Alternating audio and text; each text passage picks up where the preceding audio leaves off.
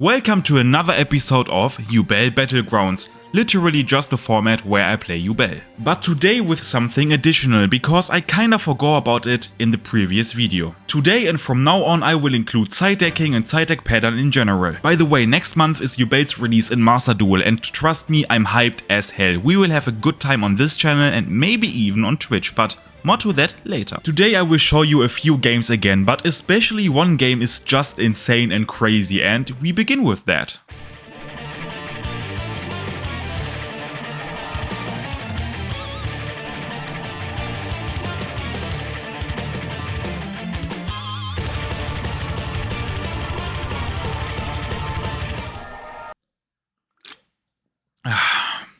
What? No, I wasn't talking about that game. Next.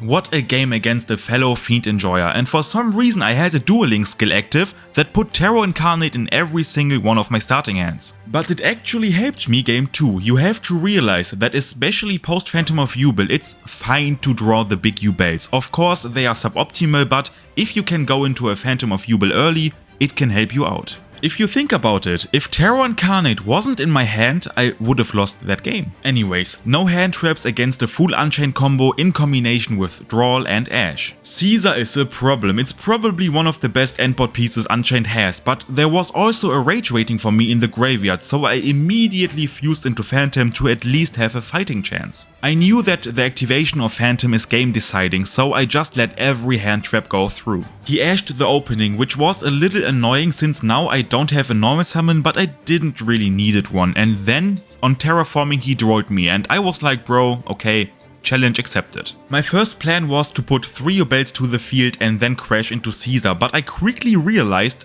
under Caesar, under 2 live Unchained traps, under Drawl and under Rage, it's not doable. So I shifted my plan from winning this turn to breaking the board and maybe surviving to then win in the following turn. I didn't use Phantom on the first Caesar activation. Like I mentioned, I needed to be very careful about that. He used his Rage very good in a spot where I couldn't get any plus from it by negating it with Phantom.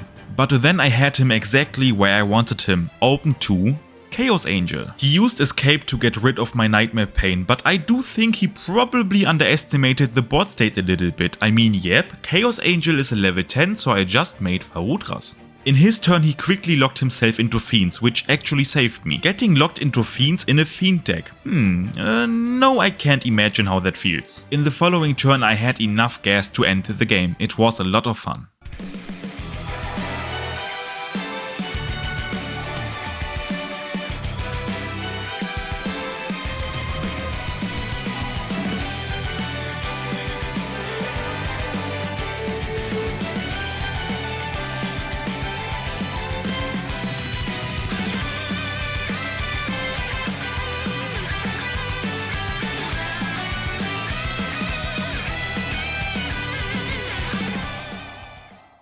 My Duel Link skill was still active, oops. Vaalmonica, I don't know if it's a good deck or a bad deck, the only reason why I included that matchup is to show you how one opening can out Bagooska or even an Apollousa. Bagooska obviously can't negate Link Monster, and Apollousa, if they try to negate SP, just chain SP again to banish the Apo.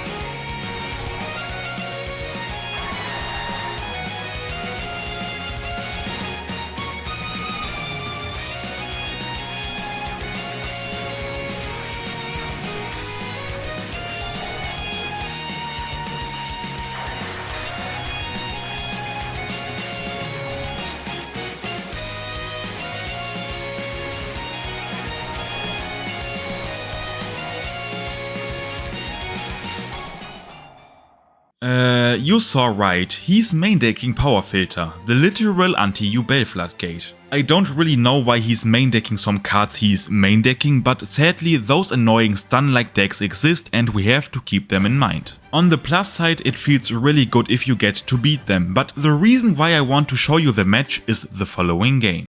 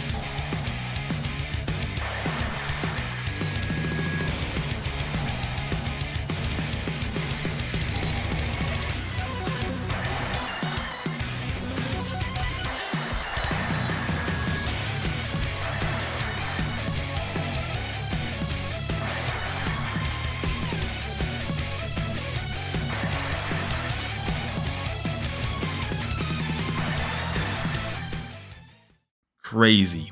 Skill Drain isn't really good against YUBEL if your board presence isn't really great to begin with. The YUBELs will just endlessly float into each other, but without Nightmare Pain on the field, YUBEL can't really close games if a big beatstick is present. He got rid of the first Nightmare Pain with a Runic card and hit the second one with Eradicator. Nice. My only hope now was to find an opening to rush him with Chaos Angel, and I found exactly that. But I needed a setup to deal with the worst case for me, being another Runic to deal with Chaos Angel, so I set up a Yama in combination with another monster, being Magnamut, in order to crash into the opponent to rebomb the Chaos Angel, and it worked out for me. Sidedecking. Really important, and in future episodes I will go over it after each game. I just want to take this opportunity to cover the baselines. If I go second, I always cut the Unchained trap. It's just a slow draw that can cost you the game. And if I need a lot of space, I start to cut engine. For example, one spirit and one opening. In combination with the trap, it's already a playset of something. And if you need a lot more space beyond that, just follow the same principle. And if a certain hand trap isn't good in a certain matchup, you can just trade it for another one in the side deck. For example, against Snake Eyes I wouldn't run Ghost Ogre, but I would side Nibiru. If I go first and it's good in the matchup, of course I often side Skill Drain, and one thing I often do is that I trade Veiler for it. Since they kinda fit into the same role, just Skill Drain being of course a lot more impactful. Only if the matchup is Snake Eyes it's a little bit different, since Veiler is still one of the best hand traps against them. So in the Snake Eye matchup I keep Veiler and side out Engine for Skill Drain to maximize on the hand trap amount. Like I mentioned, in future episodes I will cover the side deck specifically for each matchup after each game, but in today's video I wanted to cover the baselines and show the strength of Chaos Angel. See ya!